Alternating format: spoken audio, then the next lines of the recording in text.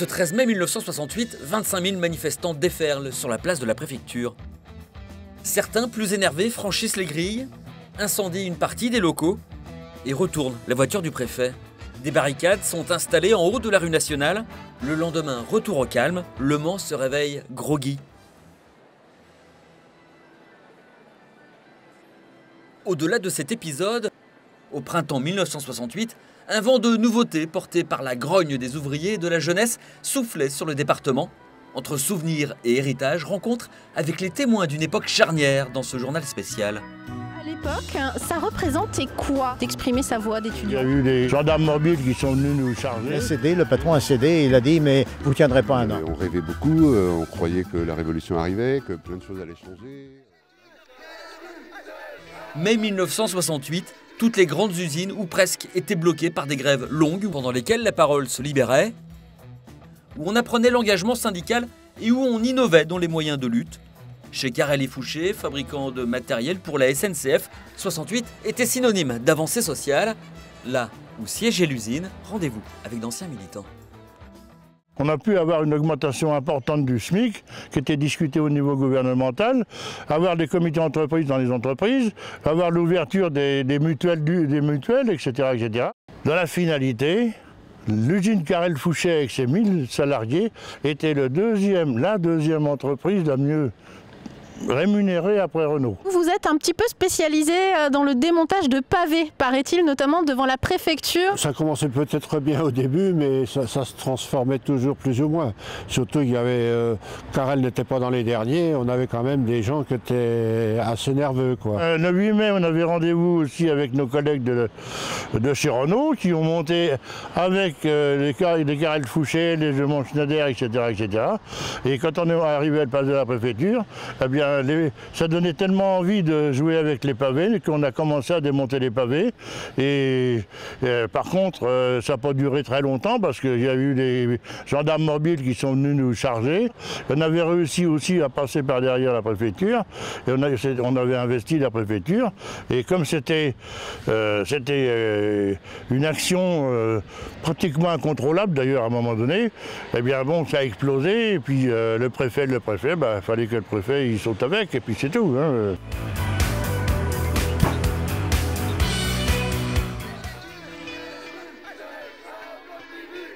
Contrairement aux grandes villes, les étudiants étaient marginaux en Sarthe. L'université n'existait toujours pas et c'est à Caen que la majorité manifestait. Au Mans, quelques centaines avaient quand même l'habitude de battre le pavé.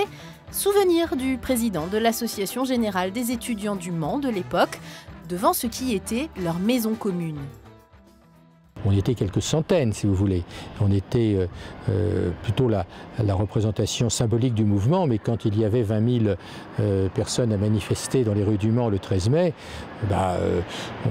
parmi les 2000 étudiants du Mans, on était quelques centaines, il faut l'avouer. Du fait qu'on y était en tant qu'association indépendante, on n'était pas tellement dans le schéma des organisations syndicales traditionnelles. Mais ceux qui parmi nous avaient la carte de l'UNEF étaient en quelque sorte mieux considérés par les organisations syndicales au début. Pour un étudiant, à l'époque, ça représentait quoi d'aller manifester et de s'exprimer, d'exprimer sa voix d'étudiant? Ça faisait 10 ans de gaullisme, 10 ans où étaient confortées des institutions bourgeoises qui laissaient peu de place à la jeunesse. Alors cette association, elle était en même temps ludique. Par exemple, on organisait des projections. Alors il y en a notamment, c'est autour du film Elga, qui était un film d'Allemagne de l'Est sur l'éducation sexuelle, qui avait été l'occasion pour nous de faire un grand débat avec des magistrats, des policiers, des représentants des associations, même de l'évêché, je m'en souviens, pour discuter de l'évolution de la jeunesse, la parité. Oui. Aujourd'hui, ça paraîtrait tout à fait banal, on est majeur à 18 ans, or là, à 20 ans, les rencontres ne pouvaient être que clandestines, si vous voulez.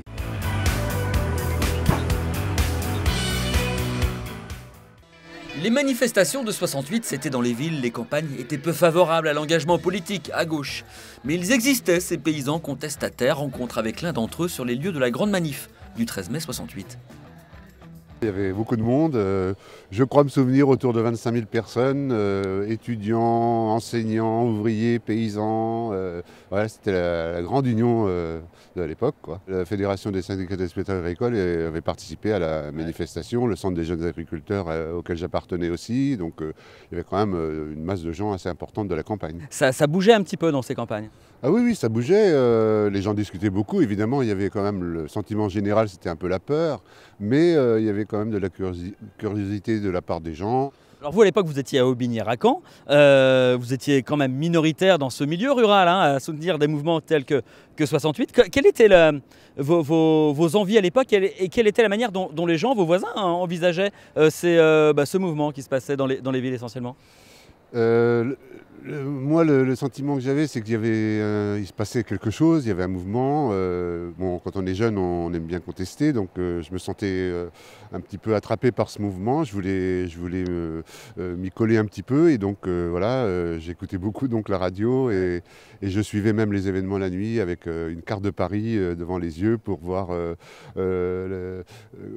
où étaient les étudiants, dans quelle rue et tout ça. C'était assez drôle, quoi. Et par contre, je me souviens d'un événement peut-être un petit peu oublié, c'est qu'à la fin de la manifestation, on s'est retrouvés plusieurs centaines sur la place et on a brûlé les drapeaux américains qui étaient installés autour de la place parce qu'à l'époque, il y avait probablement la visite du secrétaire d'État des États-Unis en France, peut-être pour les négociations sur le Vietnam, je ne sais pas trop.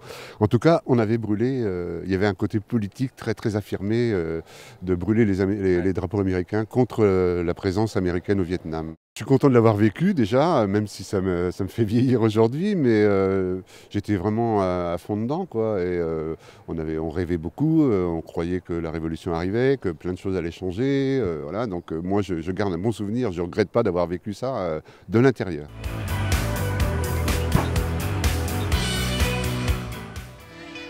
Retour au cœur du mouvement ouvrier. On le sait, en 1968, le dialogue social entre syndicats et patronat était quasi inexistant. Cela deviendra l'une des principales revendications dans l'entreprise SICO, quartier de la Fonderie, au Mans. L'usine a disparu aujourd'hui, mais Jean-Pierre Duval, ancien délégué CFDT de l'entreprise, se souvient de cette petite révolution. J'ai passé ma vie entière en tant qu'ajusteur outilleur. Et j'ai été engagé très rapidement syndicalement. Alors c'était une période particulière, hein, conditions de travail difficiles, jusqu'à 750 salariés ici. 68, c'était une grève presque spontanée en fait dans l'entreprise SICO. Oui, si on regarde des vieux clichés de photos, c'était un peu Zola par rapport à ce que pouvait être la vie. C'était des travailleurs OS en production qui travaillaient en 3-8 sur des presses à 180 degrés avec de l'amiante dans les poumons. C'est dire ce que ça pouvait être. Donc, conditions très difficiles. Les mots d'ordre au début c'était le salaire, conditions de travail. Et puis rapidement, vous ici, c'est quasiment unique dans le département, presque en France, vous avez demandé dans vos revendications 1 heure d'information syndicale payée par le patron. Oui, alors ça a été une démarche, on était pratiquement les seuls dans le département à le faire et très peu en France, parce qu'on considérait que c'était important la prise de parole, parce que ce qui est caractéristique pour nous, mai 68, c'est bien sûr les avancées de réduction du temps de travail, des primes, 13e mois et autres, mais c'était surtout la parole. Les gens se sont mis à parler, on communiquait entre eux et on s'est dit ça, on ne pourra pas nous le récupérer. Les augmentations de salaire, on les récupère toujours. Et là, on ne les récupère pas. Et la parole, c'est beaucoup plus compliqué. Donc votre revendication, elle est simple, 1 heure par mois payé par l'entreprise pour informer les salariés sur leurs droits et sur la vie de l'entreprise en fait. C'était très difficile à obtenir parce que les patrons ne s'y trompaient pas. Ça, ils ne voulaient pas lâcher. Ouais. Et c'est une ultime négociation que l'on a fait à la préfecture en présence du préfet Tony Roche à la salle des abeilles.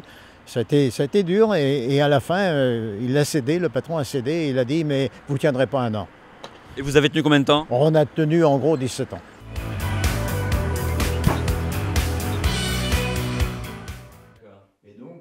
Enfin, et c'est une figure un peu oubliée aujourd'hui, des prêtres ouvriers ont aussi participé à ce mouvement de mai 68. Parmi eux, au Mans, Noël Barré, travailleur dans l'entreprise OMIC. À l'époque, il a participé au comité de grève sous la bannière CFDT. Alors j'ai été dans cette entreprise-là de 1965 à 1985. On ne venait pas là pour faire pour prêcher, pourquoi? Non, non, c'est pour vivre avec les gens et inventer avec eux leur propre histoire. Vous avez vécu 68, vous, dans un mouvement de grève. Qu'est-ce que ça a apporté à l'usine et aux salariés qui étaient là il y a jusqu'à 850? Le climat qui s'est développé pendant l'occupation de l'usine a créé entre les gens une relation qui n'était pas possible avant. Et puis, avec 1968, les femmes ont pris leur place. Et ensuite, je pense, une des élections de comité d'entreprise, quelque temps après 68, finalement, c'était une liste complète de femmes. Revenons à votre rôle de prêtre. Pendant ce moment-là, est-ce que, je ne sais pas, l'évêque avait un œil particulier sur votre travail? Est-ce que, en tant que prêtre ouvrier, vous étiez surveillé ou vous deviez regarder un petit peu ce qui se passait? Le président des patrons de la Sarthe avait dû téléphoner à l'évêque pour, je ne sais pas quoi, réagir à ma présence. Et l'évêque lui avait dit « Ah mais il est là tout à fait en bonne... comment dire, de bonne manière, et c'est à lui de prendre ses responsabilités, je n'ai pas de consigne à lui donner. » On n'avait pas de consigne particulière, si ce n'est d'être en relation vraie et solide avec ce monde-là. C'était plutôt un monde loin de l'Église, loin de l'Église, et que peut-être les gens d'Église, comme nous, avions intérêt à fréquenter pour les connaître. Et découvrir qu'ils avaient, eux, c'était pas un désert spirituel, comme certains pensaient. Le monde des ouvriers, c'était un monde humain avec des richesses.